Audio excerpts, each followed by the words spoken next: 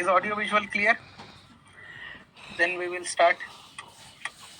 I think we are studying this topic.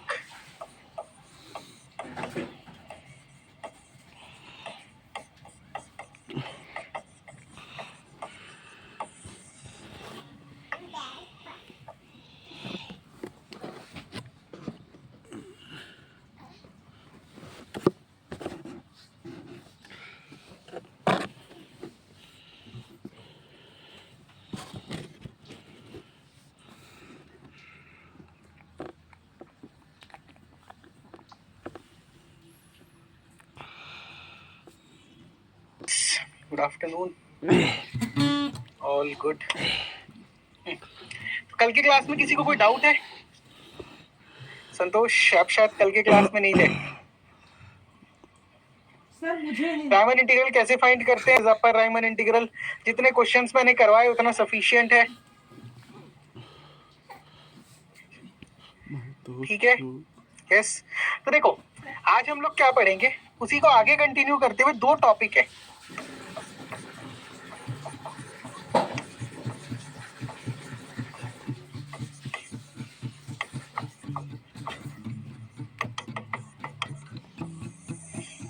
Integral as a sum of limits. ठीक, integral as a sum of limits. ये क्या कहता है? Suppose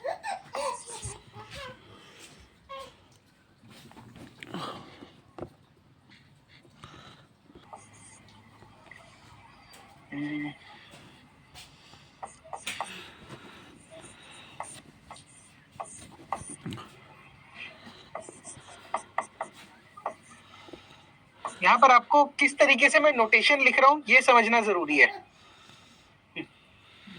हमेशा उतना ही मेक श्योर कर लो, 60-70% क्वेश्चन वही आने वाले। अब बचा हुआ जो 10% है वो उससे रिलेटेड आएंगे। Summation r equal to 1 to n 1 by n f r by n। यहाँ पर मैं कुछ सब्स्टिट्यूशन कर रहा हूँ। सब्स्टिट्यूशन किस फॉर्म में कर रहा हूँ? देखो, अगर मैं r by n को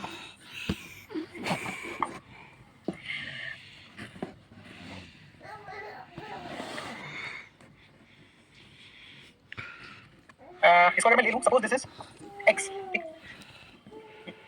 many questions have doubt in previous question. कौन सा क्वेश्चन का डाउट है प्रीवियस क्वेश्चन में? कौन से क्वेश्चन का डाउट है भाई?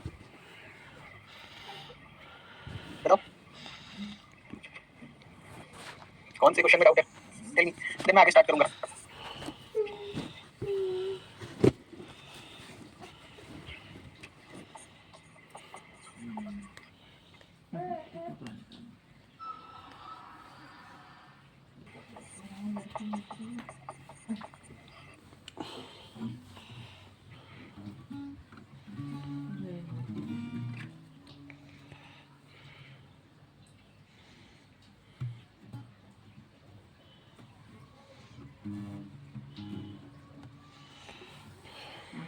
लिमिट बता सकते हो यहाँ पर? अगर r 1 से n जा रहा है तो f(x) dx कहां से कहां तक जाएगा? मैंने r by n की वैल्यू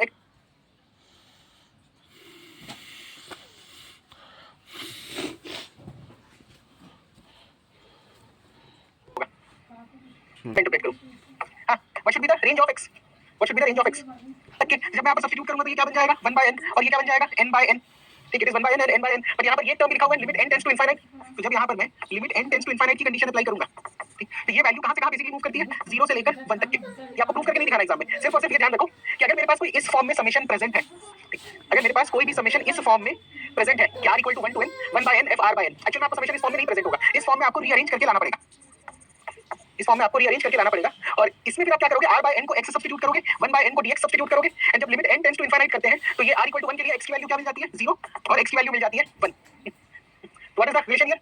चेंजिंग फ्रॉम 0 to 1। तो आप हमेशा अगर समेशन फाइंड करना है तो इस समेशन को आप इंटीग्रल के फॉर्म में इस तरीके से लिख सकते हो। Clear this thing? Is this point clear? नहीं लिखना है, जिस सीक्वेंस में मैं सॉल्व करता हूं ना एग्जाम में भी आप ऐसे ही लिख पाओगे। अगर आपको पूरा पेपर अटेम्प्ट करना है, समझा देता हूं, वो असम्पशन आपको बस वहां पर साइड में कहीं लिख देना है, एक छोटा सा ब्रैकेट बनाकर कि भाई I am substituting this, it is using this theorem, using this formula. उससे ज्यादा कुछ नहीं, क्योंकि उससे ज्यादा आपको समय भी नहीं मिलेगा। अभी आपको लग रहा है कि मैं एक क्वेश्चन बहुत अच्छे से लिख दूंगा, जब वो 3 घंटे में पूरा टाइम फ्रेम रहता है ना, तो बहुत अच्छे से नहीं लिखते। जो स्टैंडर्ड प्रोसेस है लिखने का, सिर्फ उसी को रेप्लिकेट कर पाते हो एग्जाम में, और उतना ही करना है। This is not a humanities subject. ये पहला टॉपिक क्लियर है, integral as a sum of limit. इस टाइप का अगर समेशन क्रिएट होता है तो समेशन को मैं फाइंड कर सकता हूं 0 से 1 इंटीग्रल fx dx। इला मैं कहे 349 के रिचार्ज करते रहे, इससे फिर अनलिमिटेड मिलते हैं वहाँ, तो इससे डाला था जैसे सिमा, कोचिंग वाले सॉल्यूशन, इससे कोचिंग खत्म मैथ्स हो ऑफ कोचिंग का जाते। सॉल्यूशन देख लो। अब जीएस के कोचिंग का सॉल्यूशन देख लो, जो कि राइमन इंटीग्रेबल है in the range a, b। ठीक, ध्यान से देखना। एक फंक्शन है f ऑफ x, ये गिवन है। अब राइमन इंटीग्रल मुझे चेक नहीं करना, अगर राइमन इंटीग्रल चेक करने का क्वेश्चन होगा तो कल की क्लास वाला क्वेश्चन होगा। अब ये कंडीशन मुझे गिवन है यहाँ पर, this condition is given condition. अब इसमें अगर मुझे पूछता है कि फाइंड, ये बोल रहा है कि राइमन इंटीग्रेबल है, बट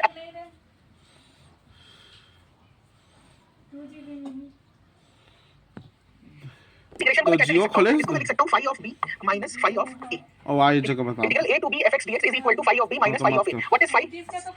मत कर, इस जगह बता Phi is था known नीचे as कहाँ थोड़ा primitive function of आप बता f था of x। ठीक, जो phi of x है, तो what is जियो this? खोले This is इसमें बता जियो इला इला इला मत बता इला, तो नंबर हेल बता इला इला बैक का जियो primitive ना function of f of x such that जियो ना जियो such apps that phi Jio dash apps x ना is equal to f of x। वही ठीक, phi dash x is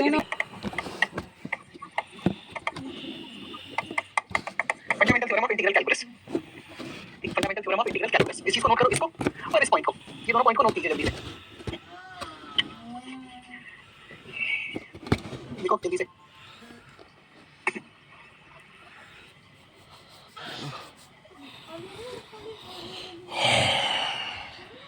कितना बार बताना।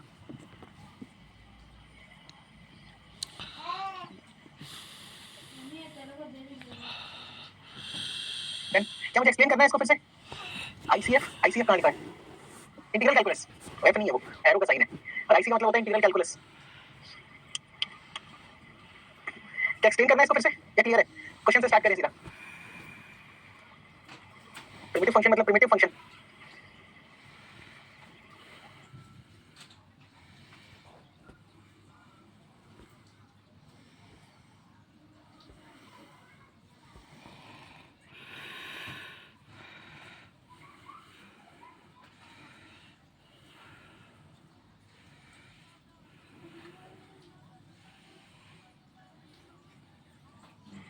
अलग primitive function as such name है सिर्फ, ठीक, ये आपको एज्यूम करना पड़ता है, ये मुझे एज्यूम करना पड़ता है as compare to this f of x। इसके अकॉर्डिंगली मैं एज्यूम करता हूं, इसके अकॉर्डिंगली मैं एज्यूम करता हूं कि प्रिमिटिव फंक्शन क्या होगा। यहां पर सबसे बड़ी प्रॉब्लम क्या हो रही है, देखो रियल एनालिसिस में ना, अगर ये क्वेश्चन पेपर 2 में आ रहा है तो मुझे पेपर 2 में क्या बोलेगा? मुझे बोलेगा कि सबमिशन फाइंड करो 1/n f of r by n। ठीक, n इक्वल टू 1 टू इनफाइनाइट limit n tends to infinity. ठीक, इस पूरी प्रॉब्लम को समझो।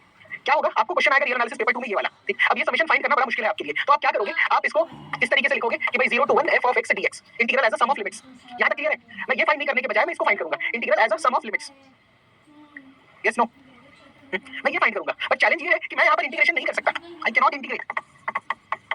कैलकुलस का क्वेश्चन नहीं है, रियल एनालिसिस का क्वेश्चन है, इंटीग्रेशन नहीं कर सकता मैं। क्योंकि इंटीग्रेशन अगर करने जाऊंगा तो मेरे पास क्या तरीका होगा? राइमन इंटीग्रल में लोअर सम अपर सम फिर उसका मैक्सिमा मिनिमा वो सारे मेथड अप्लाई करने पड़ेंगे, डायरेक्ट इंटीग्रेशन नहीं कर सकते रियल एनालिसिस में। तो इस इंटीग्रेशन की वैल्यू कितनी होगी? मुझे ये पता है कि fundamental theorem of integral calculus ये बोलता है कि एक प्रिमिटिव फंक्शन एज्यूम कर लो जो इसका वैल्यू किसके बराबर होगा? Phi of 1 minus phi of 0। ठीक, phi of 1 minus phi of 0। Clear हुआ? क्यों ये हम लोग प्रिमिटिव फंक्शन का कांसेप्ट समझ रहे हैं? क्योंकि यहां के बाद भी सॉल्यूशन फाइंड करने के I can not integrate this function, I can not integrate this function. तो अब इस इंटीग्रेशन की वैल्यू कहां से आएगी? इस इंटीग्रेशन की वैल्यू आएगी प्रिमिटिव फंक्शन से। ठीक, और ये प्रिमिटिव फंक्शन जो है मैं इसके अकॉर्डिंगली एज्यूम करता हूं, मैं इसके अकॉर्डिंगली एज्यूम करता हूं। फॉर एग्जांपल अगर मुझे ये बोल दिया जो मेरा ओरिजिनल फंक्शन है f of x अगर ये है तो मैं प्रिमिटिव फंक्शन को क्या एज्यूम करूंगा बताओ? मैं प्रिमिटिव फंक्शन को क्या एज्यूम करूं? What should be phi in this case? What should be phi in this case?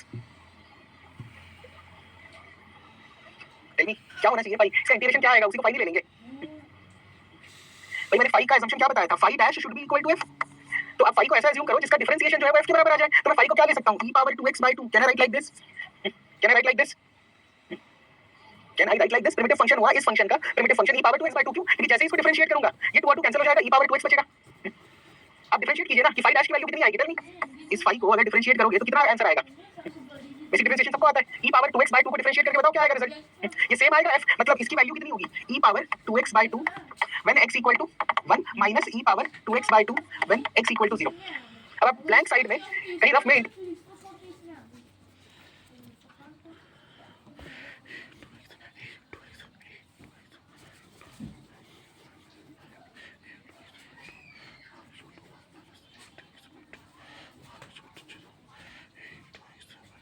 करके देख लो, क्या यही रिजल्ट आ रहा है सेम? क्या यही रिजल्ट आ रहा है? तो ये आप इंटीग्रेशन देखो, है तो बात वही है।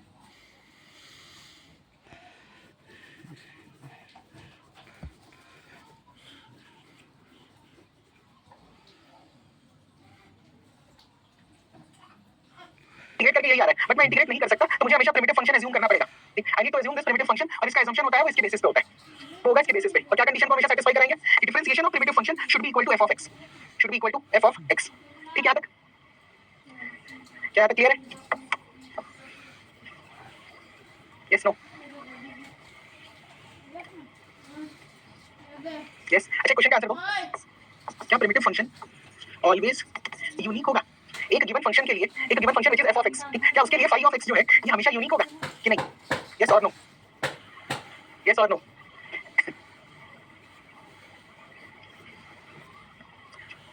यस। ये उत्तर शिवार एब्सोल्युटली करेक्ट। मान लो f ऑफ x की वैल्यू e पावर 2x है, ठीक? Suppose f of x is e power 2x, तो इसका प्रिमिटिव फंक्शन क्या आना चाहिए? एक ऐसा फंक्शन आना चाहिए जिसका डिफरेंशिएशन इसके बराबर हो, है ना? एक ऐसा फंक्शन आना चाहिए जिसका डिफरेंशिएशन इसके बराबर हो। तो मैं इसको लिख सकता हूं e पावर 2x/2, ठीक? e पावर 2x/2, यही हमने अब तक सीखा। बट मैं ये कह रहा हूं कि प्रिमिटिव फंक्शन जो है, क्या इसके लिए प्रिमिटिव फंक्शन ये भी तो हो सकता है? क्या ये नहीं होगा primitive function? e power 2x/2 + 6, क्योंकि जब आप डिफरेंशिएट करने जाओगे इसको तो कांस्टेंट तो हमेशा 0 हो जाता है, कांस्टेंट तो हमेशा 0 हो जाता है, इसलिए याद रखना no, it is not unique, it is not unique.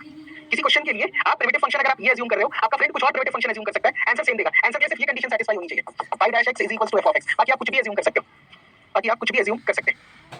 ये बात, ये पॉइंट हमेशा याद रखना कि प्रिमिटिव फंक्शन यूनिक नहीं होता। एक पर्टिकुलर फंक्शन के लिए मल्टीपल प्रिमिटिव फंक्शन एग्जिस्ट कर सकते हैं, एक फंक्शन के लिए मल्टीपल प्रिमिटिव फंक्शन एग्जिस्ट कर सकते हैं। चलें क्वेश्चन सॉल्विंग पे। किस तरीके से क्वेश्चन आएगा आपको उसका भी आइडिया लगेगा। यस, देखो क्वेश्चन कैसा पूछेगा आपसे। क्वेश्चन आपसे ऐसा पूछेगा, evaluate limit n tends to infinite 1/n e power 3/n 6/n। बताओ उसका answer, how to solve this question.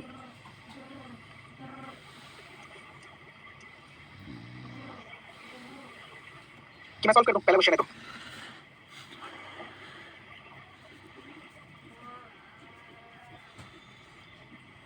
Wait, ठीक है, टेक 2 मिनट्स, उसके बाद मैं सॉल्व कर दूंगा।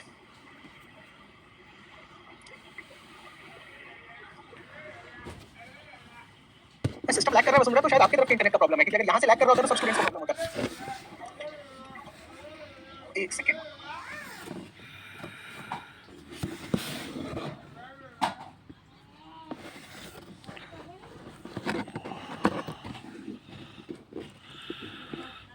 अभी क्या सॉल्व कर, ठीक है उत्कर्ष, गुड, आंसर आ गया। पर यहाँ पर थोड़ा एक बार राइटिंग प्रेजेंटेशन में देख लेना कि किस तरीके से लिखना है। डायरेक्ट इंटीग्रेट नहीं कर सकते, डायरेक्ट इंटीग्रेट हम नहीं कर सकते।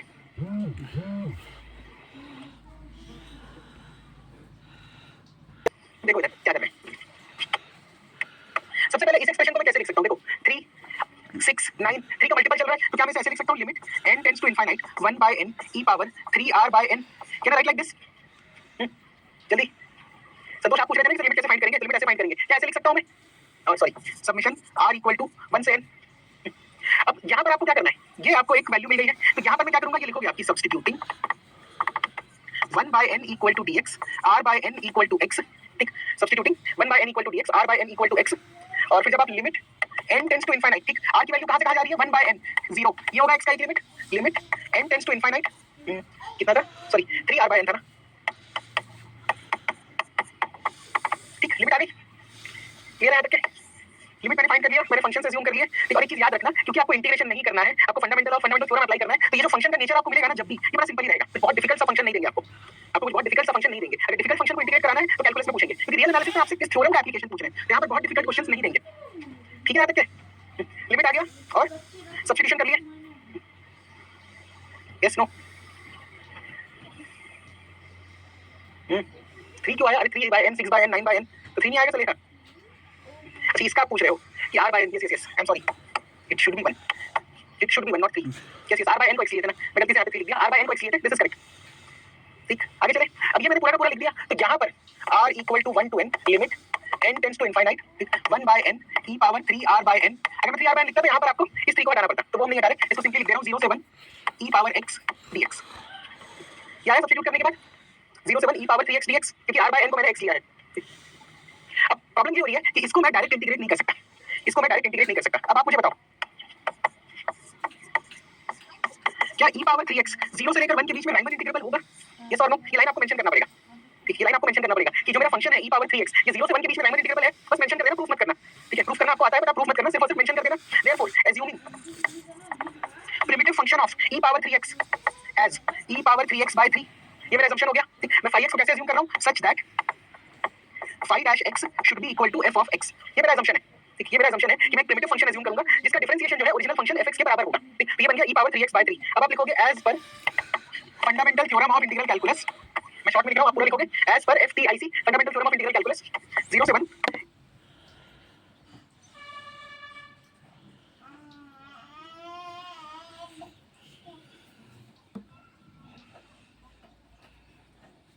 e power 3x dx is equal to primitive function कितना था? e power 3x by 3 x equal to 1 minus e power 3x by 3 x equal to 0। ये कितना आ जाएगा सब्स्टिट्यूट करने पे? क्या ये आंसर आएगा e cube minus 1 by 3, e cube minus 1 by 3? बड़ी चतुर साहब 349 के कर दे रही है अजय। देखो कुछ नहीं है, मैटर लंबा है। अब अगर डायरेक्ट इंटीग्रेट करने पे रियल एनालिसिस के क्वेश्चन में, पेपर 2 के क्वेश्चन में हम ये नाम नहीं कर सकते, ठीक? तो हमको फिर इस तरीके से ही आगे अप्रोच करना पड़ेगा। तो एंड में मेरा आंसर क्या आ जाएगा? देखो एंड में मेरा आंसर आ जाएगा 1 by n e पावर कितना था ओरिजिनल क्वेश्चन? हां e पावर 3 by n कर दीजिए limit n tends to infinite 1 by n e power 3 by n e power 6 by n e power 9 by n e power 3n by n is equal to, ये है आपका question. This is your question, how to solve. Minute खत्म हो जा रहा है, वो unlimited है कि 1 by n इक्वल ये ऐसा मेरे को एक सीक्वेंस देगा और मैं ये आंसर एंड में कथा है मनना क्लियर है? तो एक और क्वेश्चन सॉल्व करते हैं। अगर क्लियर है तो एक और क्वेश्चन देखते हैं, ठीक? इसको बना के बताओ। शो दैट, आंसर भी लिख देता हूं, limit n tends to infinite जल्दी लिखो सबमिशन r इक्वल टू 1 से n n upon n square plus r square is equal to pi by 4। कैसे सॉल्व कर सकते हो? यानी जगह भी कौन इस क्वेश्चन को सॉल्व कर सकते हैं? किस चीज का नोट्स मनीषा? कहा था कहा था कुछ तो नहीं कहा था। अच्छा जी सॉल्व, यस यस यस, मैं उसको स्कैन करके ले आया हूं, मैं उसको शेयर करता हूं ग्रुप में। दिला थोड़ा सा उसको मॉडिफिकेशन करना पड़ेगा, थोड़ा सा उसको रीअरेंज करना पड़ेगा। दिला दिला डरे में डाटा तो बंद करके रखिए, लिखेंगे। हाँ तभी नहीं चाहते।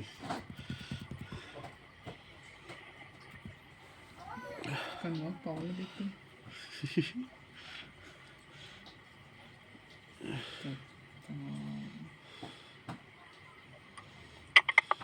कहीं एक बार डिस्कस कर लेंगे क्लास के एंड में, याद दिलाना कि क्या है उसका प्रोसेस।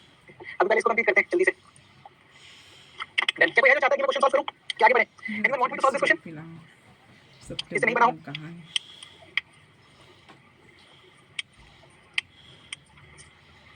जाना ये बना दे रही सॉल्व कर लो, ठीक है? देखो कुछ नहीं करना, सबसे पहले मुझे इसे 1 by n वाले फॉर्म में लिखना है। तो मैं इसको कैसे लिख सकता हूं? Limit n tends to infinite summation r equal to 1 से n। अगर मैं इसको n से डिवाइड करूं, n स्क्वायर से डिवाइड कर देता हूं, ठीक? तो n हो जाएगा 1 by n 1 r by n का होल स्क्वायर। क्या ये नीचे आ जाएगा?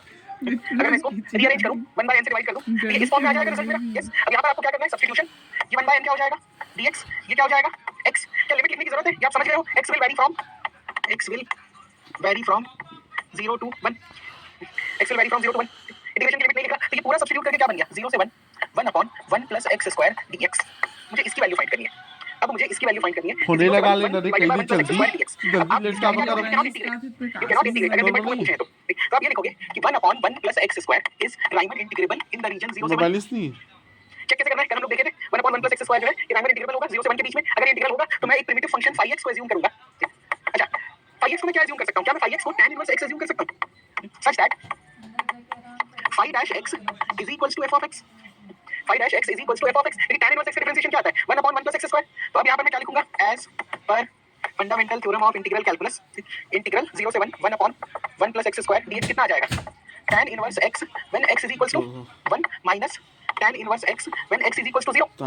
when x equal to 0, अब tan इनवर्स x अगर x को 1 कर दिया तो tan इनवर्स 1 कितना आता है? pi by 4 minus 0। What is the final result? pi by 4। What is the final result? pi by 4। तो इस तरीके से आपको सॉल्व करना है, ठीक है? सवाल कभी भी डिफिकल्ट नहीं मिलेगा। जो 12th में इंडेफिनिट इंटीग्रेशन करते थे उससे आसानी है। पास्ता बना यूपीएससी मैथ्स का इंटीग्रेशन ऑप्शनल का।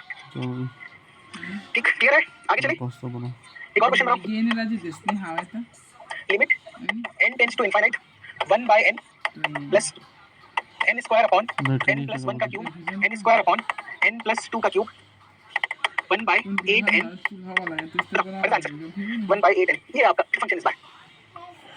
तेरो घर के भेजे तो से हे वाला आदमी तो बड़े बड़े आदमी थे उनको टेल मी आंसर। डरीन दाता नहीं खोला तो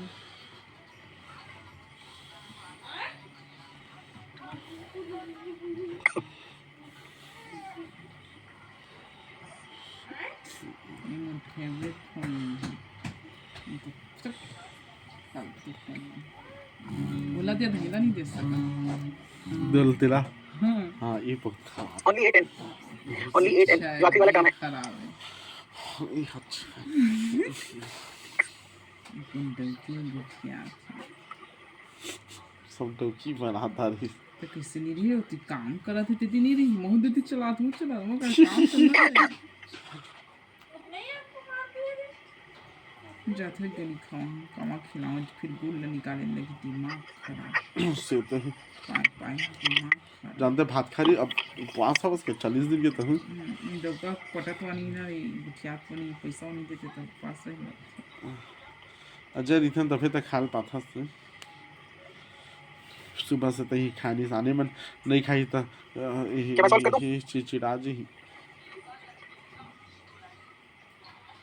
आस्था यस न एक से खुला थे काबा खुला थे ना काबा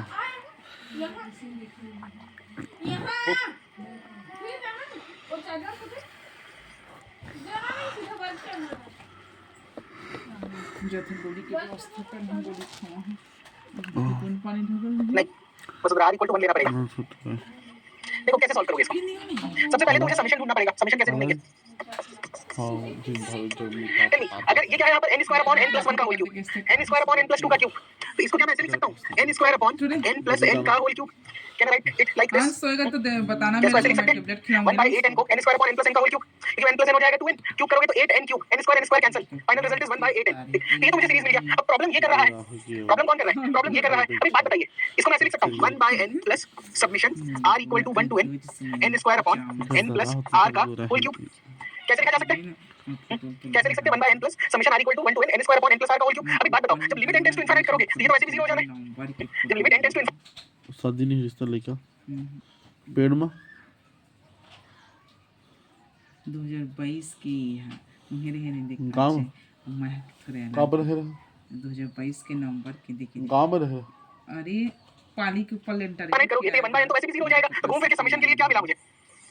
यही मिल गया। यही वाला वैल्यू मिल गया। जैकेट ना मुंडी नहीं सजा मैं ला नहीं पाया तब सुनी ना पहन के ना अच्छा ट्विस्ट वाला है ऊपर नीचे दोनों पहन सका था ट्विस्ट वाला है तो नहीं पहचाना काला यही वैल्यू मिल टी गया। थे अरे इसमें क्या करेंगे? इसको फिर से थोड़ा रीअरेंज करते हैं। अंदर है अजय n tends to हाथ जाए infinite तो वो ब्लैक कलर पहना Summation.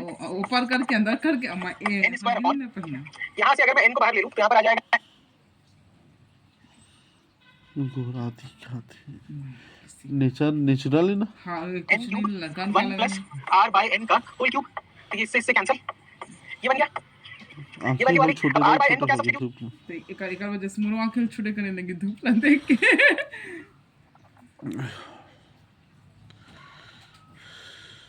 हाँ सोएगत बताना रे सुजा था 1 आई by n को dx और x will vary from 0 to 1 most of the cases में एक हमेशा ही कुछ नहीं पकड़ेगी वो गुस्सा हो गई है दे दे उसी को गुस्सा होती है तो करती ही रहे वो खाऊंगी कुछ बोल रही है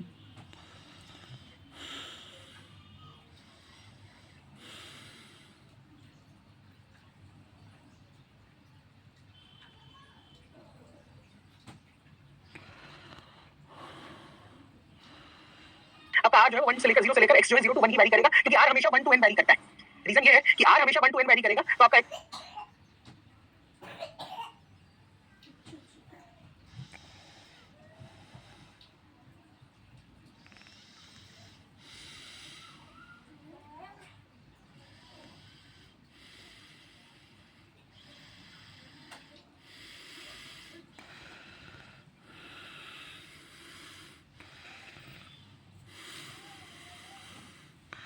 सोएगा तो बताना रे अंश। नॉर्मल आ रही टीवी देखता था जो है वो हमेशा 0 से 1 ही रहेगा। तो देखो सब्स्टिट्यूट कर लो, क्या बन गया? 0 से 1 1 अपॉन 1 प्लस x का होल क्यूब dx पोदा वाला आदमी 1 अपॉन 1 प्लस डीपी डाला था नहीं यादगार के लिए देखो दे तो पढ़ी x का होल क्यूब इनटू dx। अब आप इसका इंटीग्रेशन डायरेक्टली नहीं फाइंड कर सकते, इसका इंटीग्रेशन डायरेक्टली नहीं फाइंड कर सकते, तो क्या कोई ऐसा फंक्शन एज्यूम कर सकते हो जिसका डिफरेंशिएशन ये हो? क्या मैं एक प्रिमिटिव फंक्शन एज्यूम कर लूं? कितना था? 1 अपॉन 1 प्लस x क्यूब है ना, तो दुत्ती खाई थी कसम जो इसका डिफरेंशिएशन कितना आएगा बताओ मुझे? 5 x का, ये सॉरी 5x का फंक्शन ये है, तो what is the value of 5 x? हाँ कितना आएगा? What is 5 x? और दूती खाई थी व्हाट इज 5 x? सब वापस से 1 अपॉन 1 प्लस x का होल क्यूब आ जाएगा। ओ तो कत्ती ये है मेरा प्रिमिटिव फंक्शन। अब खितो मितु आई नहीं अरे ये मेरा प्रिमिटिव फंक्शन है। अच्छा, इसके पहले ना ये भी चीज मेंशन कर देना कि 1 अपॉन 1 प्लस x का होल क्यूब जो है ये राइमन इंटीग्रेबल है इन द रीजन 0 से 1। अब इसको इंटीग्रेट कर सकते हैं इन द रीजन 0 से 1। तो as per fundamental theorem of integral calculus कितना रिजल्ट मिलेगा? -1/2 1 प्लस x का whole square when x equal to 1 minus of 1/2 x plus 1 का whole square when x equal to 0। इसको सिंपलीफाई करोगे तो कितना आ जाएगा? तो ये खेला था श्री जाना बना कर मत सीधा कर जल्दी जा पास्ता x को अगर 1 सब्स्टिट्यूट कर देंगे तो ये बन जाएगा 2 स्क्वायर 4 2 8, तो ये आएगा -1/8 माइनस माइनस प्लस हो जाएगा, और x को अगर 0 कर दोगे पास्ता मैं क्या है जान बना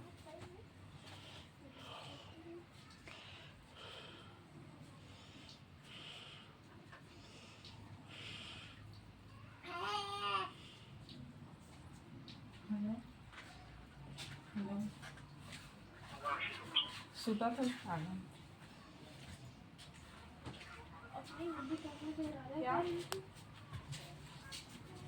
तो नहीं बना 349 के कहना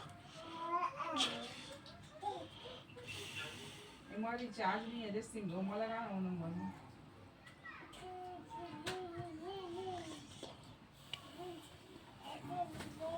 आंसर कितना आ रहा है? What is answer we are getting?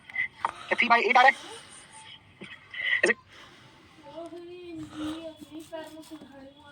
यहाँ तक कि आपको सिंपलीफाई करना है, उसके बाद तो आपको आंसर पता है इंटीग्रेशन का, बस आप इस तरीके से इसको एक्सप्रेस कर देंगे fundamental theorem of integral calculus लगाकर।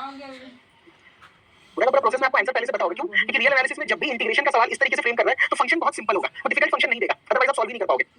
डिफिकल्ट फंक्शन कभी भी नहीं पूछेगा, वो बहुत स्ट्रेट फॉरवर्ड फंक्शंस पूछेगा। और बनाने ऐसे क्वेश्चंस तुला काट के रहा और क्वेश्चंस बनाने ऐसे।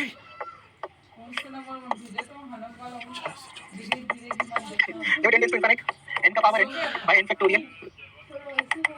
तुम लोगों को कुछ और ही टेस्ट याद आ रहा होगा। नहीं उत्कर्ष, प्राइमरी इंटीग्रेबिलिटी मत प्रूव करना, क्योंकि अगर 15 मार्क्स का भी आता है ना तो 3 पेज में आप पूरा नहीं सॉल्व कर पाओगे, 3 पेज में आप पूरा सॉल्व नहीं कर पाओगे इसमें।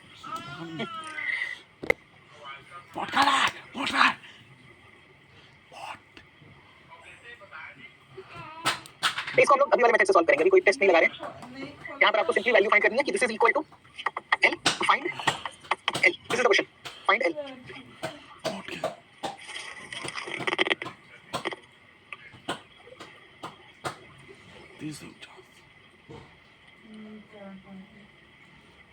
और पार्सल आने वाला है कहाँ थे तब गरीब आदमी गरीब साले देखी रखे ना तो ला बात करे यही तो जब अमीर आदमी जो बने देवांशु उसमें कैसे करेंगे? तो करबे करही तो वैल्यू ऑफ l थोड़ा डिफिकल्ट क्वेश्चन है। देवता चला जाते तो इज्जत करी नहीं ओ हां लिमिटेड का 350 के कर दे क्या 1/n f of r by n।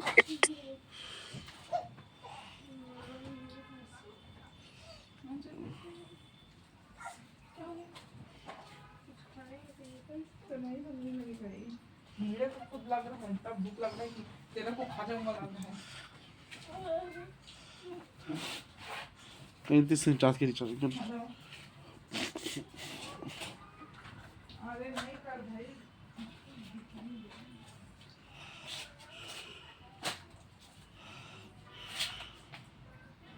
Form में लिख सकते हो।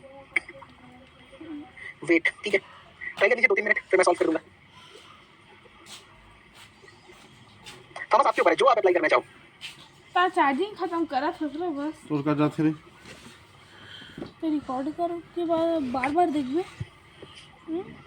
तो पापा करा था बताना बताना नहीं और बताना तो जैसे हम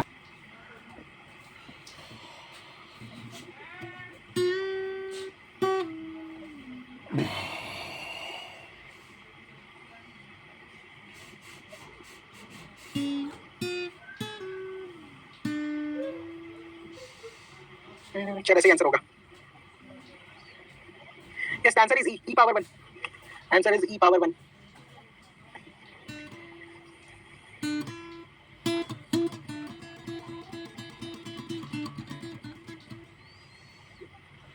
ठीक. चलो let me solve. अब देखो सबसे पहले अगर मुझे summation integral as a sum of limit इस तरीके से इस क्वेश्चन को सॉल्व करना है तो मुझे 1/n चाहिए. 1/n नहीं है प्रेजेंट तो क्या करूंगा लॉग ले लेता हूं दोनों साइड. तो यहां पर क्या आ जाएगा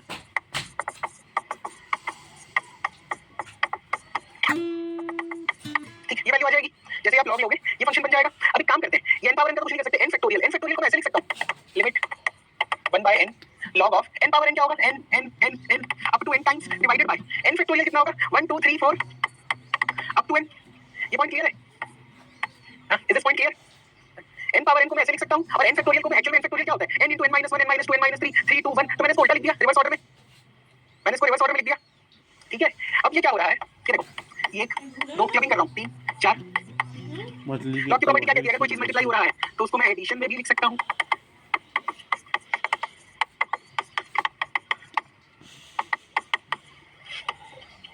कैसे लिख सकते हैं इसको सिर्फ रिएक्ट करना है और कुछ नहीं करना. ठीक है देखिए मैं किसी को लॉग में डाउट है तो पूछ लो. मैं जानता हूं आपकी जनरेशन जो है लॉग नहीं पढ़े स्कूल में. ठीक अब ये बेसिकली क्या बन गया ये बन गया सबमिशन r इक्वल टू 1 से n 1/n log n by r.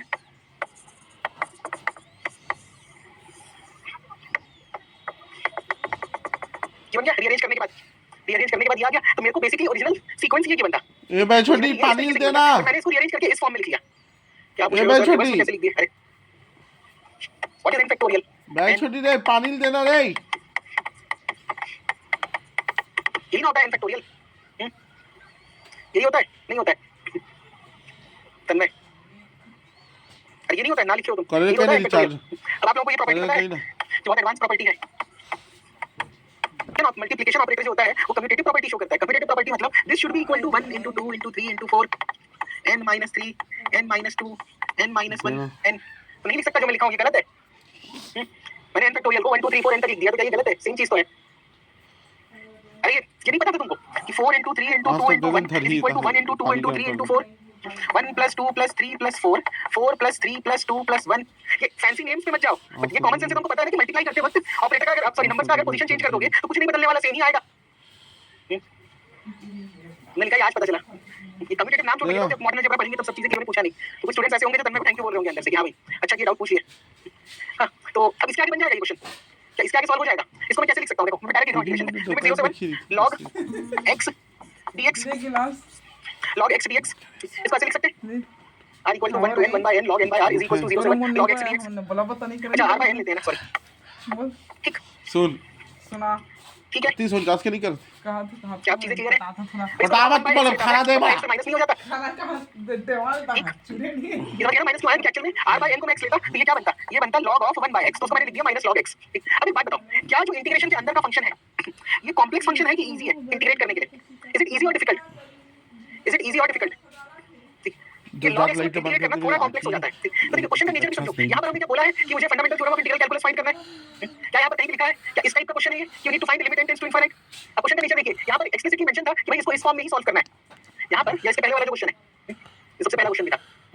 यहां पर कहीं ना कहीं मेंशन कर रहा था कि इसको आपको लिमिट एज इंटीग्रल इस फॉर्म में सॉल्व करना है. बट ये वाला क्वेश्चन देखो क्या ऐसा कुछ मेंशन है? क्या ऐसा कुछ मेंशन है कि समेशन वाला फंक्शन है? समेशन वाला फंक्शन है तो मैं इसे इंटीग्रल तक का ftIC से सॉल्व कर रहा हूं. क्या यहां पर समेशन वाला कोई फंक्शन गिवन है? यस नो नहीं गिवन है. मैं बस इस पे ये वाला कंडीशन अप्लाई कर रहा हूं. तो घूम फिर के मैं ये प्रूव करना चाह रहा था कि अगर अंदर का फंक्शन कॉम्प्लेक्स है तो प्रिमिटिव फंक्शन मत एज्यूम करना नॉर्मल इंटीग्रेट कर देना. ठीक एंड में पॉइंट यही आ रहा है निकल के कि अगर अंदर का फंक्शन थोड़ा कॉम्प्लेक्स है मैं इसका प्रिमिटिव फंक्शन बना तो सकता हूं रफ में. मैं इसका प्रिमिटिव फंक्शन बना सकता हूं रफ में बट क्यों नहीं मेहनत करूं मैं? आप इसको डायरेक्टली इंटीग्रेट कर दीजिए. आप इसको ये डायरेक्टली इंटीग्रेट कर दो तो क्या आएगा मेरा रिजल्ट? माइनस साइन को बाहर रहने देते हैं 0 से 1 बाद में पुट करूंगा log of x dx. एक रूल पढ़े होंगे highlight rule chain rule integration में ये क्या कहता है? वहां जाके मत कहा कि किथे इनवर्स तेल दूसरी के प्रायोरिटी, नहीं ना है लॉग तीसरी प्रायोरिटी, डब्बा छोटे वाला दिसने वाला फोर्थ प्रायोरिटी, हाँ वही ट्रिग्नोमेट्री, तो लास्ट प्रायोरिटी घर का तीन एक्सपोनेंशियल लगा फंक्शन। दे नया ये होता है बड़ा टू, वाला तो आगे नो मैं जब है अप्लाई रे करूंगा आगे मैं नहीं नॉर्मल लगा है। लिमिट बाद में पुट करूंगा। हाँ ये जगह हम इंटीग्रल का log भी x सब dx जमा कितना है होगा? ये होगा फर्स्ट फंक्शन और जो कांस्टेंट है वो होगा सेकंड फंक्शन। रखे सब लोग हाँ तो बात log कर x भी और उसके बाद आप 1 को ये log x into 1 है ये, जब इसको आप इंटीग्रेट करोगे तो ये बन जाएगा log x minus x log x minus ये बनता है आपका 1 by x into x dx। तो फाइनल आंसर क्या आता है? x log x minus x। फिर ये से इंटीग्रेशन होता है log x का। Is this the integration of log x? Is this the integration of log x? Yes.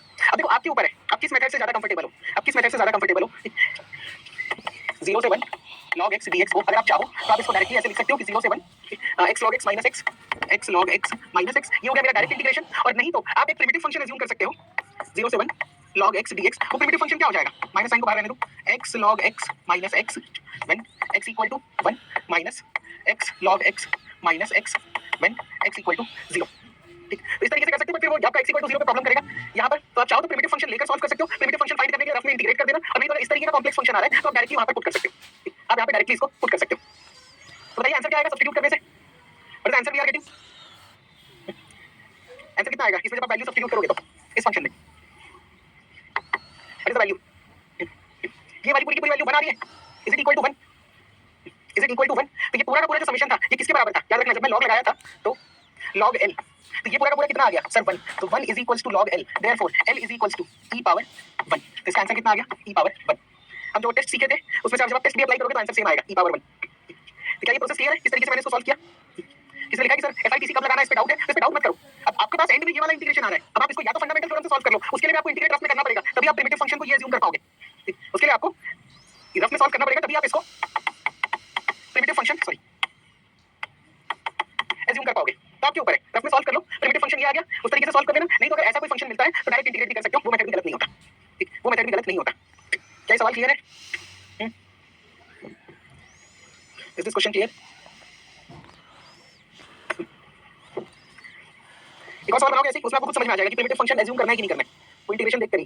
तो देखो सवाल ये है कि एग्जाम में भी आया हुआ क्वेश्चन है कि limit n tends to infinite 1 plus 1 by n, 1 plus 2 by n, 1 plus 3 by n, ठीक, 1 plus 4n by n whole power 1 by n is equal to 5 by e whole power 4। ये prove करना है। मैं question में नहीं लिखा होगा, question में इतना ही लिखा होगा, उससे ज्यादा कुछ नहीं लिखा होगा। खतरनाक रहता है इसका।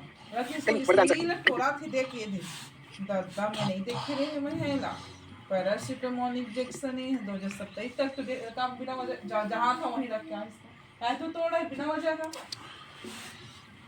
डॉक्टर लिखे थे पैरासिटामोल। काम करो, क्वेश्चन को सॉल्व करो, I am coming in 2 minutes.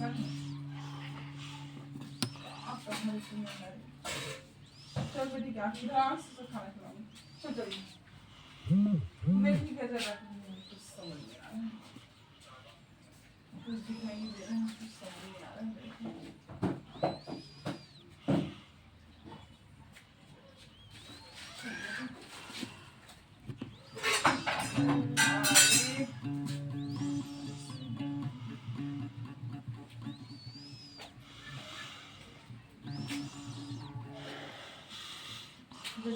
लोग जाएगा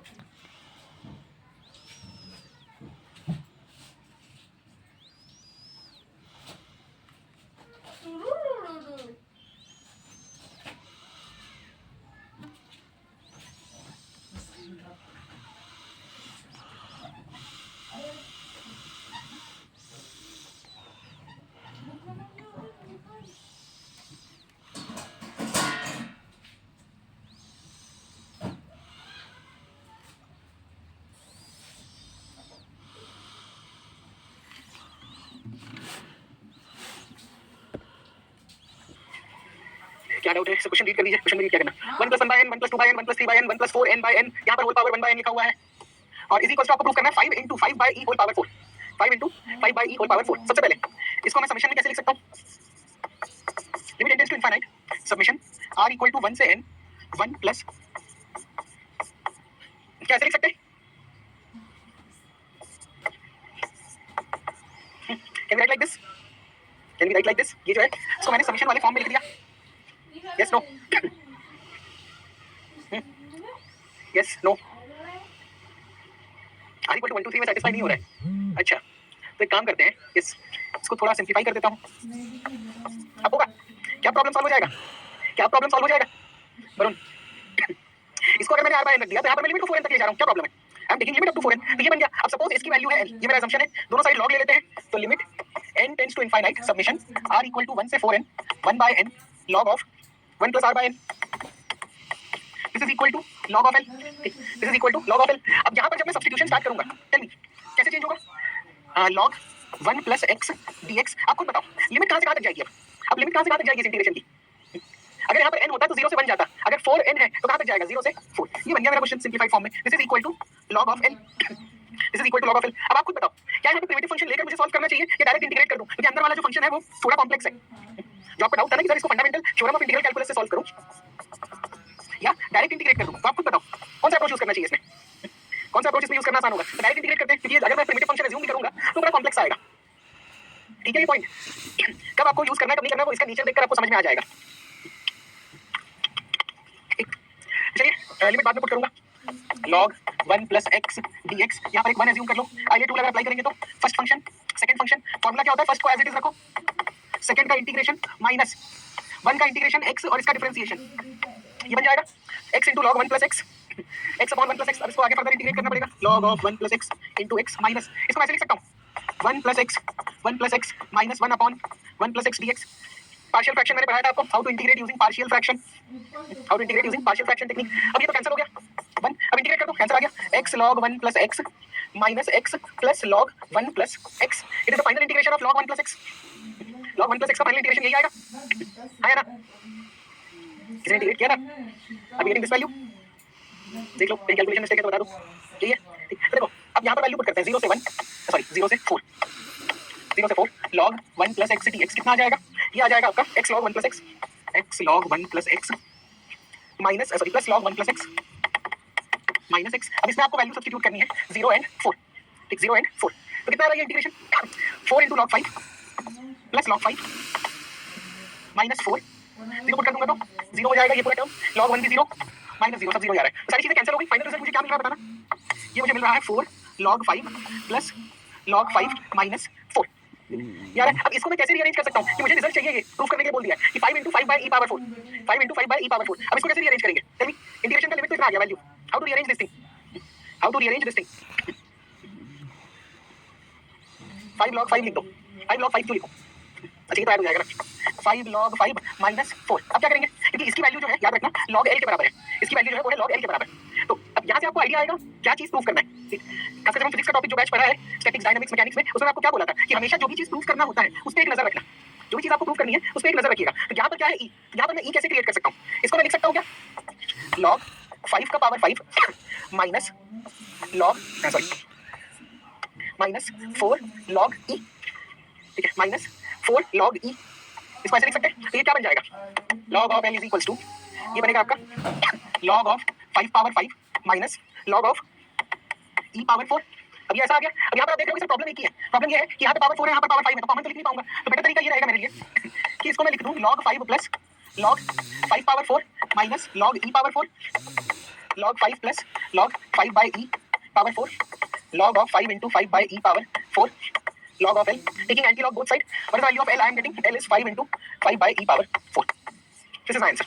5 multiplied by 5 by e power 4. देख लीजिए यहाँ तक क्लियर है। थोड़ा सा रीअरेंजमेंट एंड में करना पड़ेगा क्योंकि क्या चीज प्रूफ करना था वो मुझे मेंशन कर दिया गया है, क्या चीज प्रूफ करना था वो मुझे मेंशन कर दिया गया है। किसी को प्रॉब्लम है इसमें?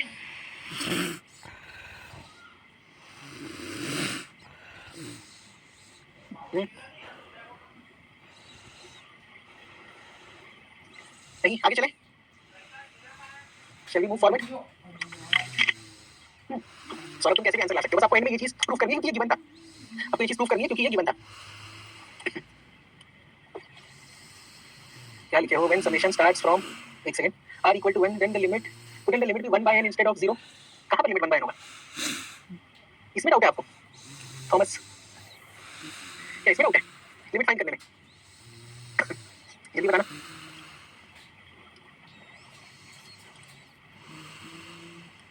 Please be quick.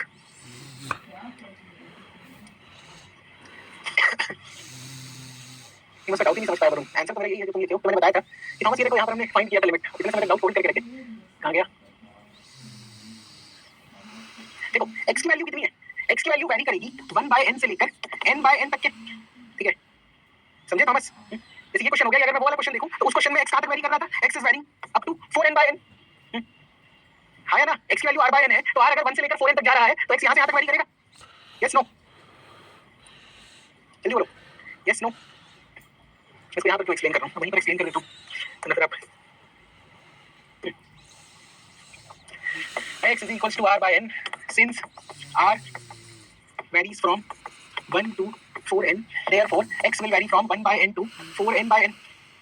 बट अब इसमें आपको क्या करना है? Limit n tends to infinite भी तो है। जब आप limit n tends to infinite करोगे, हर क्वेश्चन में ये चीज मेंशन हो रही है ना, limit n tends to infinite. तो जब आप limit n tends to infinite mention करोगे तो x में कितना आ जाएगा? 1/0 0। ये तो ऐसे भी 4 था, तो n टेंड्स टू इनफाइनाइट कर दोगे, कुछ चेंज नहीं हो रहा। 0 to 4, ठीक, 0 to 4। तो ये था हमारा ये वाला क्वेश्चन। अब देखो एक और छोटा सा टॉपिक है जो मेंशन है,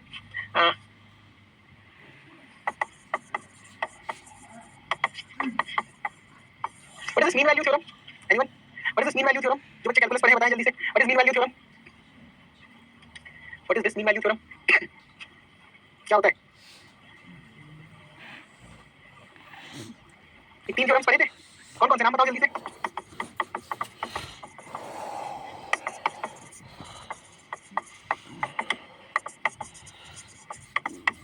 ना पानी दे। ये 3 थ्योरम्स होते थे। एक्चुअली मुझे 3 थ्योरम्स यहाँ पे पढ़ाने चाहिए रियल एनालिसिस में, पर मैं नहीं पढ़ाऊंगा क्योंकि कैलकुलस में हम कवर कर चुके हैं, और जो बैच में नहीं हुआ है आप कैलकुलस में इसको कवर कर लोगे। इसमें से मोस्ट इंपोर्टेंट ये वाला पार्ट होता है, यहाँ से अच्छे खासे क्वेश्चन आते हैं। ठीक, ये हम लोग पढ़ेंगे कैलकुलस में। इसके अलावा भी 2 थ्योरम्स हैं जो रियल एनालिसिस में स्पेसिफिक है, उन थ्योरम्स के बारे में हम बात करेंगे अभी। इन थ्योरम्स के बारे में हम लोग अभी बात करेंगे। तो पहला थ्योरम क्या कह रहा है? देखो, अगर मेरे पास एक फंक्शन गिवन है which is continuous a, b, इस इंटरवल में मेरा फंक्शन जो है वो कंटीन्यूअस है। इस इंटरवल में जो मेरा फंक्शन है वो राइमन इंटीग्रेबल भी है। वो जो है राइमन इंटीग्रेबल भी है। यहाँ तक पॉइंट क्लियर है? उतना पका था सच। ये function is continuous in interval a, b, close interval, and Riemann integrable in close interval a, b। हाँ वो पका था सही। ठीक है यहाँ तक? एक गिलास देना। तो एक c बिलोंग करेगा इस रेंज में, मैं का छुए है ना, मैं का in this range such that पानी लो मक्का such that a से b fx पर is equals to f of c b minus a। क्या ये रिलेशन याद रहेगा मुझे? क्या ये रिलेशन याद रहेगा कि a से b fx dx अगर आप कर रहे हो तो वो होगा f of c into b minus a। What is this f of c? इसका मतलब ये है कि अगर आप a से b में इंटीग्रल फाइंड कर रहे हो, अगर आप a से b में इंटीग्रल फाइंड कर रहे हो तो उसकी वैल्यू होती है some constant multiplied by what is this b minus a। का छुए है रे, शहना जिंदगी में तो नहीं मानता। ये थ्योरम ये कहता है कि अगर आप a से b में इंटीग्रेट कर रहे हैं तो उसकी वैल्यू आती है some constant f of c। क्या है? एक कांस्टेंट वैल्यू है multiplied by this length of interval, this length of interval. ठीक, क्या पॉइंट क्लियर है? देखो, is this point clear? Theorem को कुछ नहीं, मीन वैल्यू थ्योरम ही कहते हैं इसको। Mean value theorem 1, mean value theorem 2।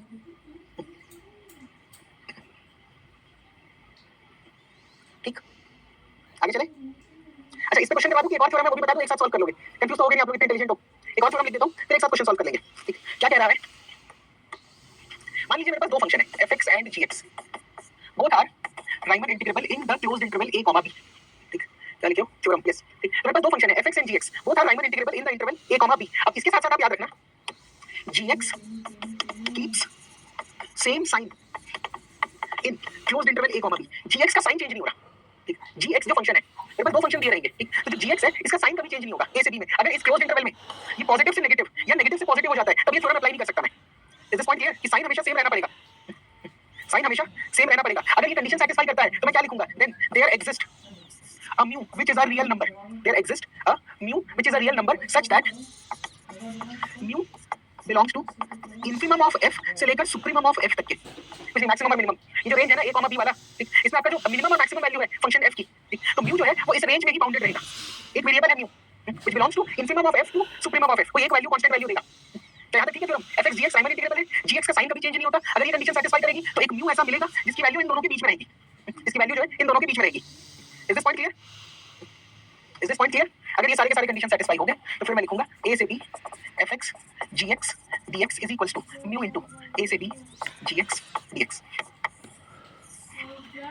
ये है मेरा theorem. This is my second theorem.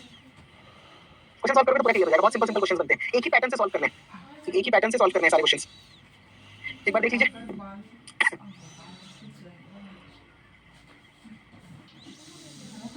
हाँ लाइट डाउन कर इस पर डिस्कस करूंगा अभी छोटे छोटे टॉपिक्स मैंने बताया था ना आपको जिनको हम डिस्कस करेंगे हाँ दी लाइट डाउन कर ये ऑर्डिनरी डिफरेंशियल इक्वेशन मुझे मंडे से ही स्टार्ट करना है, उससे पहले स्टार्ट नहीं कर सकते। तो उसमें जो छोटे छोटे टॉपिक्स हैं जो मिसलेनियस सेक्शन वाले उसको हम लोग डिस्कस करेंगे। हालांकि वहां से क्वेश्चन पूछते नहीं है।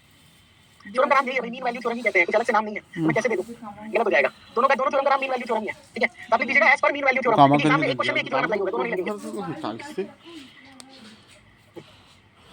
सर इसको ऐसे बोले कि जीएस इज इवन फंक्शन, तो इवन फंक्शन मत बोलो, पर सिमेट्री आ जाएगा। ठीक, फिर उधर हमारा ध्यान सिमेट्री में चला जाएगा। सो सिंपल रख देते हैं कि साइन चेंज नहीं होगा जीएक्स का। सेम साइन का मतलब क्या होता है? सेम साइन का मतलब साइन सेम रहे, प्लस है तो प्लस रहे, माइनस है तो माइनस रहे। भोजन नहीं चलो पहले लेट अस सॉल्व ताजमील क्वेश्चन। मार दी हो। Question is like this. Show that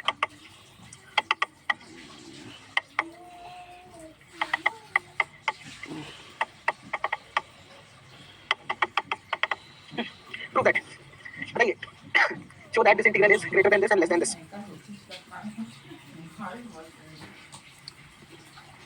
कहाँ गए हैं? ए? क्या मैं सॉल्व कर दूं? क्या आप लोग ट्राई करोगे? उतना पूरी हाँ भाई कुछ कहा तो कोलेस्ट्रॉल आप फंस रही बहुत बदतमीज होते हैं।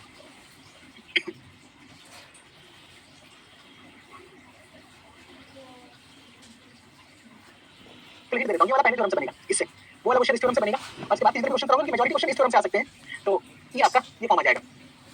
संतोष एक बार ये वाला पार्ट कवर कर लेता हूँ।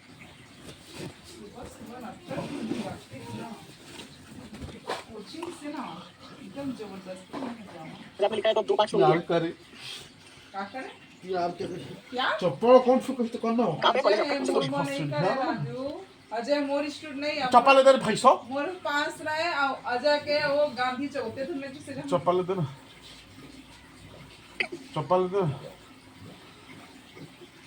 मर जब मुतासी में लेकिन चप्पल नहीं मिले घर में लागा तो ये डवरा था डालते कल लड़का गिर जा समझ में आ जाएगा। प्रूफ करने की जरूरत नहीं है सेक्शन अगर 15 मार्क्स का है तो प्रूफ करना नहीं तो मेंशन कर देना। लेकर से गिर जा इसे गिर 15 मार्क्स का नहीं तो मेंशन कर दीजिएगा। लेकिन सामने ये पता है कि आपको बेसिक्स क्लियर है। और जनरली ये सब क्वेश्चन 10 मार्क में ही पूछते हैं। ठीक है, जो फ्रिंज टॉपिक्स होते हैं ना उनके क्वेश्चन 10 मार्क के ही होते हैं, 15 मार्क में नहीं पूछते जनरली। Shall I solve? चल गुड। ये देखो कैसे बनेगा। इन सारे लिमिट्स को भूल जाओ। ठीक है, सबसे पहले जो लिमिट्स है मेरे उसको भूल जाओ। ये क्या कह रहा है? 0 से 1/4 dx upon root of 1 minus x square. इसका इंटीग्रेशन कितना होगा? टेल मी, इसका इंटीग्रेशन कितना होगा? अगर मैं f ऑफ x को अज्यूम करता हूँ 1 upon root of 1 minus x square, तो क्या ये राइमन इंटीग्रेबल है इन द रेंज 0, 1/4? क्या ये राइमन इंटीग्रेबल है इन द रेंज 0, 1/4? देखो 0 पुट करने से डिफाइंड है, 1/4 पुट करने से भी डिफाइंड है। ठीक है, राइमन इंटीग्रेबल है 0 से 1/4। इसकी कंडीशन होती है, मैं आपको लिखवा दूंगा। sin x कहां से आ गया अभी तब में? sin इनवर्स x क्या हो गया? sin x कहां दिख रहा है इसमें? मेरे sin and sin इनवर्स। ठीक, तो एक्चुअली में कंडीशन होती है, 4 कंडीशंस होती है। अगर सैटिस्फाई हो जाए तो राइमन इंटीग्रेबल होता है। मुझे एक्जेक्टली चारों याद नहीं है, नॉट मच यूज, बट एक कंडीशन ये होती है कि f x अगर मोनोटोन फंक्शन है तो वो राइमन इंटीग्रेबल बनता है। ठीक, तो जनरली 4 कंडीशंस होती है, मैं नेक्स्ट क्लास में लिखवा दूंगा कि अगर डिस्कंटिन्यूटी की पॉइंट एग्जिस्ट कर रही है तो वो फाइनाइट होनी चाहिए, अगर इनफाइनाइट पॉइंट्स एग्जिस्ट कर रहे हैं तो वो भी फाइनाइट होने चाहिए, मोनोटोन इंक्रीजिंग या मोनोटोन डिक्रीजिंग होना चाहिए। तो ये कुछ कंडीशंस होते हैं ठीक राइमन इंटीग्रल होने के। ये कंडीशंस मैं आपको लिखवा दूंगा 2, 3, 4। हालांकि यूज में नहीं आएगा तो आप इसको डायरेक्टली लिख सकते हैं कि this is Riemann integrable function in the range 0 to 1/4। This is Riemann integrable function in the range 0 से 1/4। अब अगर ये कंडीशन सैटिस्फाई कर रही है तो एक सी बिलोंग करेगा। ठीक, एक सी बिलोंग करेगा किस रेंज में? यहां पे मैंने क्या लिखा था? एक सी बिलोंग करेगा ए से बी में। एक सेकंड देना, it should be closed interval और it should be open interval. It should be open interval. ठीक है, ये मैंने गलत लिख दिया। It should be open interval A comma B. Close मत करना वरना इक्वल टू वाला साइन आपका साइन आ जाएगा। अदरवाइज इक्वल टू वाला साइन आएगा तो इसको रेक्टिफाई कर लेना। It should be an open interval not closed interval. ठीक, इसको रेक्टिफाई कर लीजिएगा। C belongs to A comma B open interval. मैं एंड पॉइंट्स को चेक नहीं कर रहा हूं मैं। ठीक, यहां पर शायद क्लोज इंटरवल होगा। यहां पे मैंने ठीक लिखा है। यस, यहां पर क्लोज इंटरवल आएगा और वहां पर आएगा ओपन इंटरवल। तो देखो एक सी बिलोंग करेगा 0 से लेकर 1/4 के बीच में सच दैट 0 से 1/4 f ऑफ x dx कितना आएगा? f of c multiplied by 1/4 minus 0। This is first mean value theorem. This is first mean value theorem. f of c कितना आएगा? मैंने f ऑफ x को कितना लिखा था? 1 upon root 1 minus x square. 1 minus c square 1/4 क्या इसके बराबर आ गया? क्या यहाँ तक क्लियर है? अकेला ना राजू डकी भी नहीं मने नहीं लगा यहाँ तक क्लियर है? पत्नी को उठा रहा है यहाँ तक क्लियर है? देखो मुझे क्या करना है, मुझे प्रूव करना है कि इसका रेंज कितना रहेगा। इसका रेंज कितना रहेगा ये मुझे प्रूव करना है। तो पहले मैंने इसकी वैल्यू निकाली, पहले मैंने इसकी वैल्यू फाइंड करी। अब याद है कैलकुलस में जो लैग्रेंजेस वाले क्वेश्चंस होते थे, जब भी इनइक्वालिटी होती थी मैं शुरुआत कहाँ से करता था? क्या याद है आप लोगों को? शुरुआत कहाँ से करते थे? जब भी इनइक्वालिटी वाली क्वेश्चन बनती थी तो मैं सी से शुरू करता था ना। सी की वैल्यू कहाँ से कहाँ तक होगी? Sir greater than 0 less than 1/4, एक लड़की का number c is greater than 0 less than 1/4। अब क्या करूंगा? देखो एफ एक्स किस नेचर में है? 1/1 माइनस एक्स स्क्वायर। तो इसमें क्या करेंगे? 1 आपका स्क्वायर कर लेते हैं, ऐसा आ गया। अगर नेगेटिव साइन ले लूंगा तो क्या बन जाएगा? बेटा डॉफी ले आ गया। ठीक, ऐसा हो जाएगा, इनइक्वालिटी चेंज हो जाती है। 1 ऐड कर दो, ऐसे 3 पार्ट इसका ऊपर 2 ले लो दोनों तरफ, तो क्या बन जाएगा? ये तो मतलब 16 करेंगे तो 15/16। अब इनवर्स ले लो, इनवर्स लोगे तो फिर से इनइक्वालिटी का साइन चेंज हो जाता है। 1/1 ऐसा कुछ आ गया। क्या यहाँ तक ठीक है? किसी को कोई डाउट है? क्या यहाँ तक ठीक है या किसी को कोई डाउट है? क्या यहाँ तक ठीक है? अब क्या करेंगे? देखो मैंने fx की वैल्यू क्या अज्यूम की थी? इंटीग्रल fx किसके बराबर था? 1/√1 माइनस c स्क्वायर इनटू 1/4। तो अब 4 से डिवाइड कर दो हर जगह। 1/4 1/4 √1 माइनस c स्क्वायर 1/4 √15। ठीक है, यहाँ ऊपर में क्या रहेगा? √16। तो डिनोमिनेटर से ऊपर में चला गया, डिनोमिनेटर से ऊपर में चला गया। तो ये जो 4 है, this 4 will cancel this 4, √16 is 4 और इसकी वैल्यू क्या है जो हमने फाइंड की थी इक्वेशन नंबर 1 से? 1/4 √1 माइनस c स्क्वायर किसके बराबर है? इसके बराबर। तो जैसे ही आप यहाँ पर सब्स्टिट्यूट करोगे, what is the final result? Time getting 0 से 1/4 f of x dx is less than 1/√15। क्या यही प्रूव करना था? This is what we need to prove. This is what we need to prove. तो घूम फिर के यहाँ पर आपको क्या करना है? सबसे पहले थ्योरम अप्लाई करके fx का वैल्यू फाइंड कर लो और फिर c को रीअरेंज करते जाओ। आपको ये जो fx वाला आया था ना इंटीग्रेशन, वहां तक की वैल्यू लानी है और फिर एंड में सब्स्टिट्यूट कर देना। You will get this result. You will get this result. ठीक है यहाँ तक? Is this method clear? देखो इसके एक ही क्वेश्चन कराऊंगा क्योंकि इसके क्वेश्चन ज्यादा नहीं आते इस टाइप के। इस टाइप के क्वेश्चन ज्यादा नहीं आते। क्वेश्चन किस टाइप का यूपीएससी पूछ सकता है? ऐसा सवाल कि prove that 1/π greater than equal to 0 से 1 sin πx divided by 1 plus x square dx less than equal to 2/π। अब क्वेश्चन सॉल्व करने से पहले 2-3 चीजें आंसर कर लो।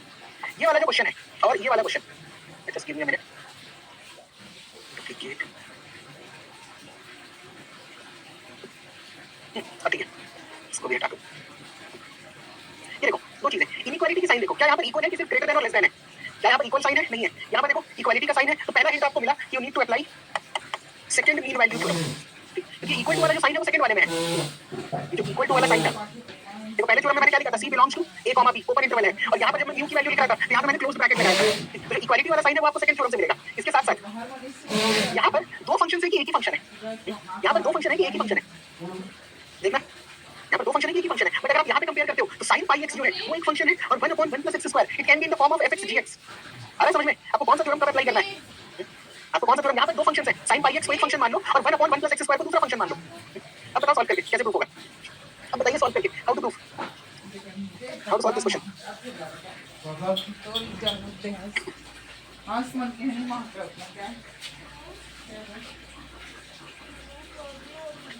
बताइए।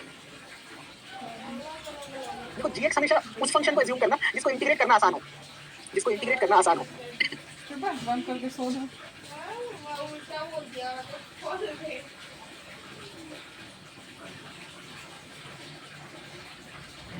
इससे आप यहाँ से देखा था मेरे को डबल डबल दिखाई दे रहा है। डबल नहीं अजीब, क्या सॉल्व कर दूं? अजीब अजीब दिखाई दे रहा है। अकबर करो तो तो दीदी के नशा है लड़का।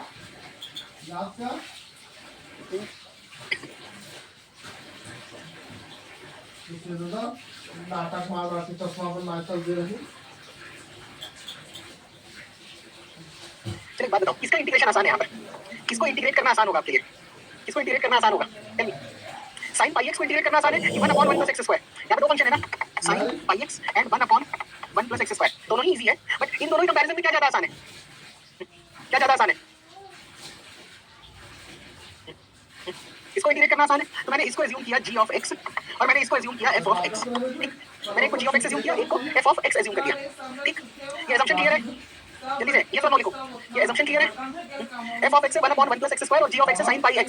यस, अब देखिए क्या ये लोग कंटीन्यूअस है? रेंज क्या दिया हुआ है? x belongs to 0, 1। क्या ये फंक्शन कंटीन्यूअस होंगे इस रेंज में? 0 से 1 के रेंज में कंटीन्यूअस होंगे? यस। अच्छा, क्या लाइन में इंटीग्रेट होंगे 0 से 1 के रेंज में? जो कंटीन्यूअस है, डिसकंटीन्यूअस आ नहीं रही है। आपको पता है 1/1 + x स्क्वायर, इसको भी इंटीग्रेट कर सकते हैं और इसको भी इंटीग्रेट कर सकते हैं।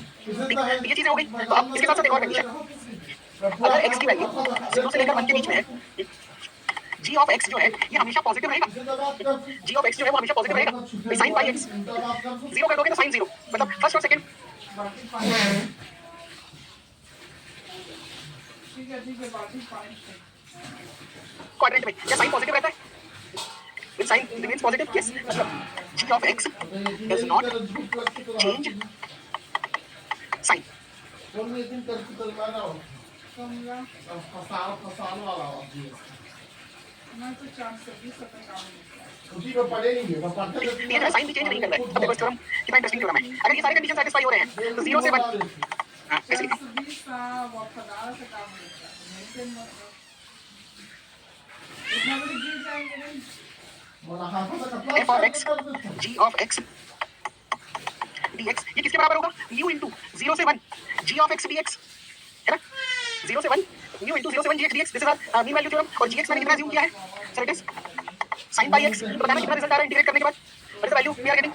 What is the value we are getting? sin pi x का integration limit is 0 to 1, limit is 0 to 1 2 by pi आ रहा है क्या? 2 by pi 2 by pi आ रहा है कि नहीं आ रहा है?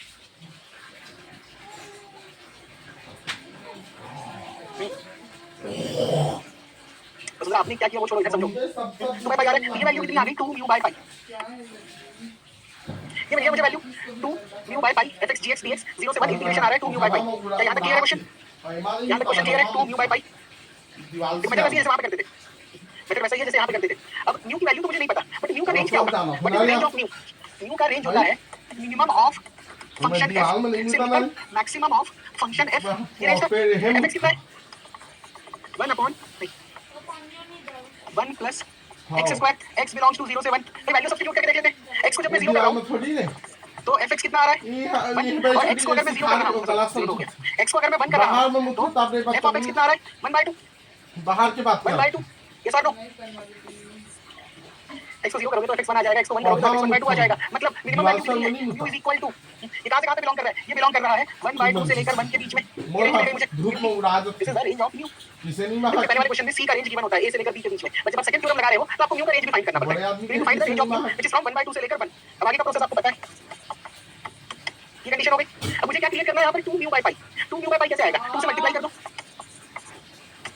pi से डिवाइड कर दो, और इसकी जो वैल्यू है ये किसके बराबर है? Integral fx gx। तो ये तो फाइनल आंसर 1 by pi कितना था? 0 से 1 f of x g of x dx। मोर बेटा की नानी खा जाती नाक में सिर के this is what they ask.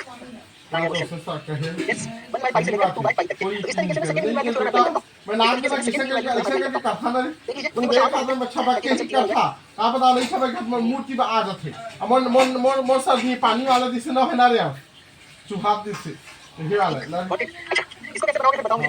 Prove that pi square by 9 less than equal to integral pi by 6 pi by 2 x dx divided by sin x less than equal to 2 pi square by 9।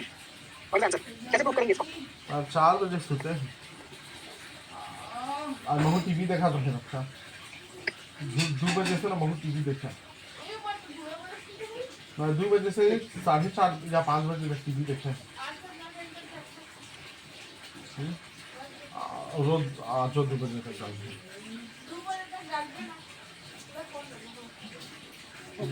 How to solve this question? जागा तो लिखा हाँ जागा तो लिखा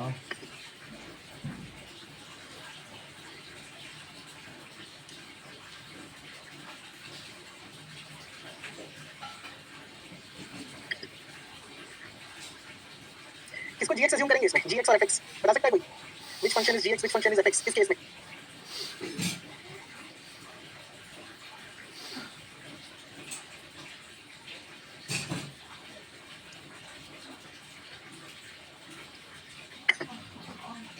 मैं यहाँ पानी नहीं पिया था ना तो मुझे है नहीं ना महाखी पानी नहीं पीते तो मुझे पीला निकलते ना रे तो ये महाखी और जलन करते ना रे हाँ x को और fx अज्यूम करेंगे 1 by sin x को, ठीक है? काफी gx नहीं sin x नहीं अज्यूम कर सकते, sin x नहीं है 1 by sin x होगा फंक्शन। अब f by g के फॉर्म में नहीं लिख सकते, f into g के फॉर्म में लिखना पड़ेगा हमेशा। you need to write this in f into g। तो एक फंक्शन हमेशा बाय डिफॉल्ट 1 by समथिंग हो जाएगा। ठीक है, शिवशंकर का आंसर आ गया। क्या सॉल्व करना है इस क्वेश्चन को? क्या आगे चलें?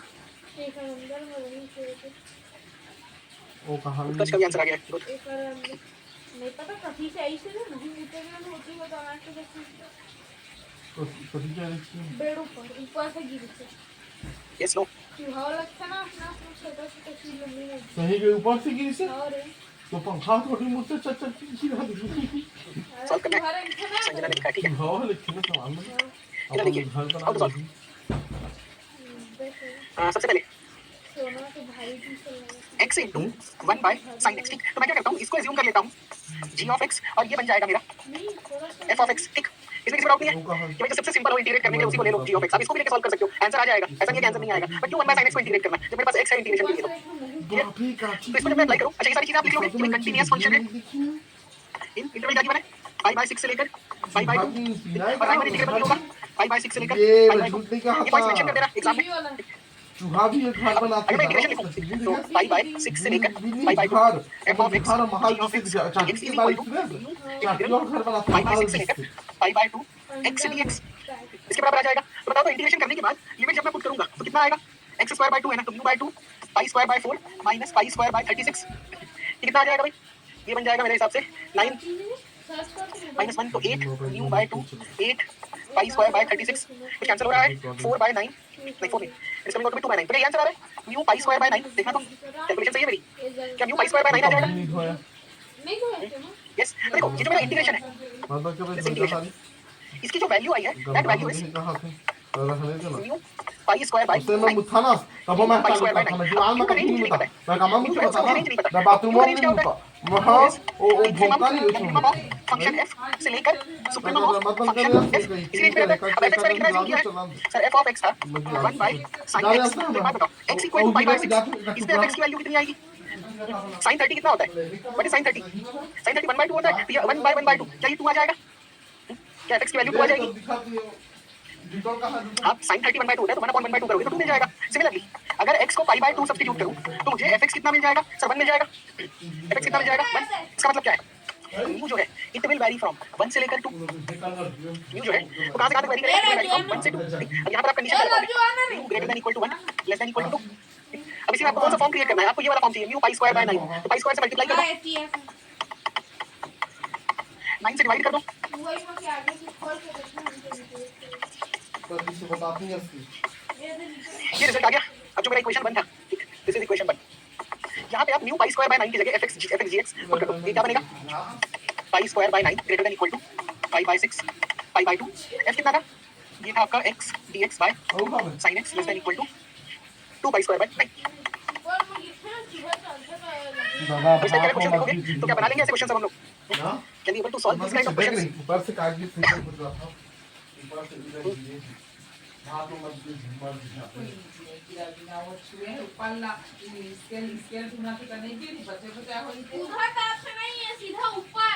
देखो क्वेश्चन इसलिए करवा रहा हूं कि इस साल जो रियल एनालिसिस पूछे थे वो पूरा का पूरा सीक्वेंस वाले पोर्शन से पूछ दिए थे। अब अगर इस साल वो राइमन इंटीग्रल साइड में आएंगे तो हमें थोड़ा सा प्रिपेयर रहना है पहले से, वापस से वो सीक्वेंस क्वेश्चन पूछेंगे। और यहाँ पर जो मैं जाते समय देखा था तो कुछ नहीं था, फिर आया तो यहाँ पर खाओ। इसके अलावा ये सब भी पूछ सकते हैं, ठीक है यहाँ तक यस नो।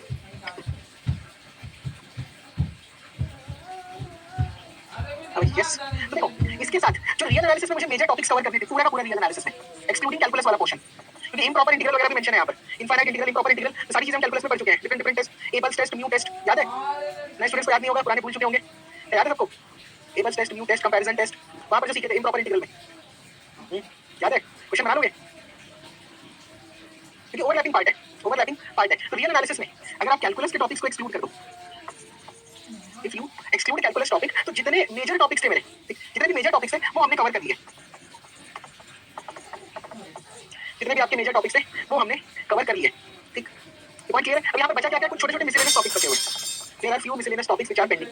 क्या रियल एनालिसिस के लिए रिवीजन क्लास चाहते हो, बिकॉज़ वी हैव टाइम, क्या रियल एनालिसिस के लिए रिवीजन क्लास चाहते हैं आप कि छुट्टी चाहते हो, बिकॉज़ जो ऑर्डिनरी डिफरेंशियल इक्वेशन है ये मंडे से ही स्टार्ट होगा, I can not start this topic before Monday, तो ओडी की क्लासेस मंडे से स्टार्ट होगी और वो क्लासेस का लेंथ मैं थोड़ा बढ़ाकर 3.5 घंटे का करूंगा, ठीक, तो मंडे से आपकी क्लासेस होंगी ना, I will try to schedule that class from 12 to 3:30, 12 to 3:30, तो वहां से हमारा अब छोटे छोटे टॉपिक्स हैं, 8 क्लास 9 क्लास सब्जेक्ट फिनिश, ठीक, तो इसके लिए हमारे पास अभी 3 क्लासेस और हैं, तो पहले मेरा काम ये होगा कि let me cover this miscellaneous portion. अब इस मिसलेनियस पोर्शन में बहुत सारे टॉपिक्स आते हैं, ठीक, इसमें सिलेबस में टॉपिक बहुत सारे आते हैं पर क्वेश्चन फ्रेम नहीं होते। क्वेश्चन जो है वो फ्रेम होते नहीं होते। जैसे कॉशी सीक्वेंस बचा हुआ है। हाँ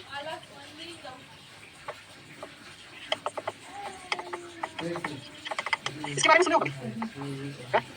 हाँ लैग्रेंज मल्टीप्लायर का एक दिन मैं क्लास शेड्यूल कर दूंगा अभिषेक, मोस्ट प्रोबेबली फ्राइडे को। ठीक है, वो लैग्रेंज मल्टीप्लायर और कॉशी मीन वैल्यू थ्योरम आपका बचा था कैलकुलस में, तो मैंने कहा था कि रियल में कंप्लीट कर लेंगे, तो फ्राइडे को मैं क्लास शेड्यूल करके उसको एंड कर देंगे। लिमिट ऑफ अ फंक्शन नहीं लिखा है, लिमिट ऑफ अ फंक्शन नहीं है, function of a limit. What is this thing? Function of a limit, ये क्या होता है? ये तो आपको पता है लिमिट ऑफ अ फंक्शन। तो एक छोटा सा ये भी टॉपिक है, नो सर नहीं सुने हैं, कोई तो सुना होगा। लिमिट कैसे वैरी होगा आप बताओ? जिस फंक्शन से लिमिट डिराइव करेंगे, डिराइव कैसे करोगे किसी फंक्शन से?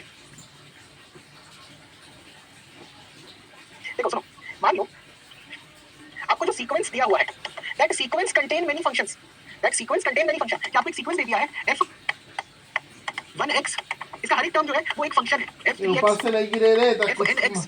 कछु में खेलते निकाले हंस जो आपको सीक्वेंस दिया है, सीक्वेंस का हर एक टर्म जो है वो एक फंक्शन को रिप्रेजेंट कर रहा है, f1x f2x f3x f4x up to fnx। Yes no, up to fnx। हाँ है ना? यस देखो सिंपल सा एग्जांपल देता हूँ। सपोज मुझे एक सीक्वेंस गिवन है, that sequence is x power n। ये सीक्वेंस क्या है? ये सीक्वेंस है x पावर n। अब इस x पावर n का मतलब क्या हो रहा है? अगर मैं x को 0 पुट कर दूं तो सीक्वेंस क्या बनेगा? 0 power 1 0 power 2 0 power 3 0 power n। ये सीक्वेंस मिलेगा मुझे, ये सीक्वेंस मिलेगा। x को अगर 0 पुट करता हूं तो सिमिलरली अगर x को 1 पुट कर दूंगा तो 1 power 1 1 square 1 cube 1 power n। Yes no? Yes similarly 2 power 1 2 square 2 cube 2 power n। तो ऐसे करके मुझे मल्टीपल सीक्वेंस मिल रहे हैं। x की वैल्यू को वैरी करने से आपको एक मल्टीपल सीक्वेंस मिल रहे हैं। अब ये वाला जो सीक्वेंस है ये मान लो L1 पे कन्वर्ज कर रहा है।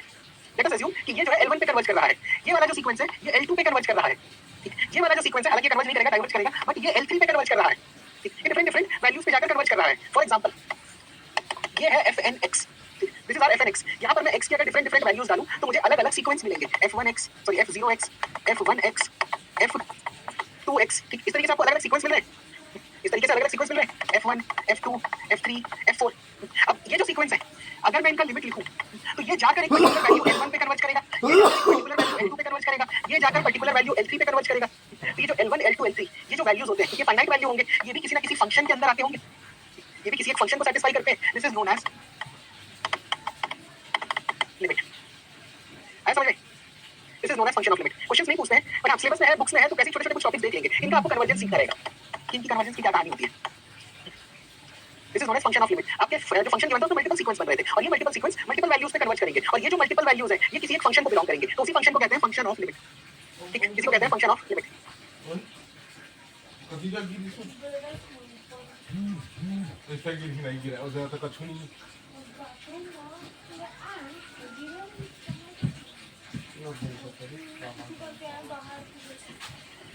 ये था आपका एक छोटा सा टॉपिक, इसको आगे कंटिन्यू नहीं कर रहा है, आज इतना ही पढ़ेंगे। ऐसे टॉपिक से कॉशी सीक्वेंस का भी टॉपिक है कन्वर्जेंस वाले केस में, जैसे another topic which is known as Cauchy. नहीं पता रे कामा कैसा है।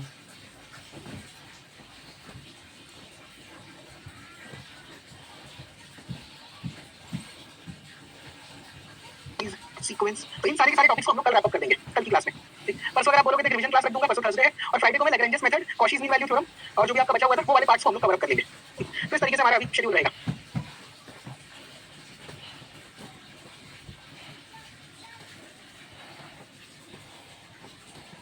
ठीक, चलिए फिर मिलते हैं कल की क्लास में, तब तक के लिए थैंक यू।